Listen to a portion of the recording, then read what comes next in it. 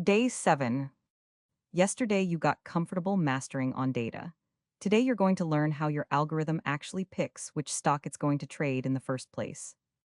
Your algorithm can react to data and place orders, but none of that means anything if it doesn't know which asset to look at. Something has to tell it, watch this one. So, what is AddEquity? AddEquity is the method you call in initialize to tell your algorithm which stock to track, so it starts receiving price data for that specific symbol. Here's a simple analogy to explain it better. On the left we have subscribing to a channel, on the right AddEquity. Imagine you want updates from a specific news channel. Until you subscribe, nothing comes through, no alerts, no headlines, nothing. The moment you subscribe, every news story from that channel starts landing in your feed. The subscription here says, you only get updates from what you've actually signed up for. AddEquity works exactly the same way. It tells the platform which symbol to subscribe to, which in this case is.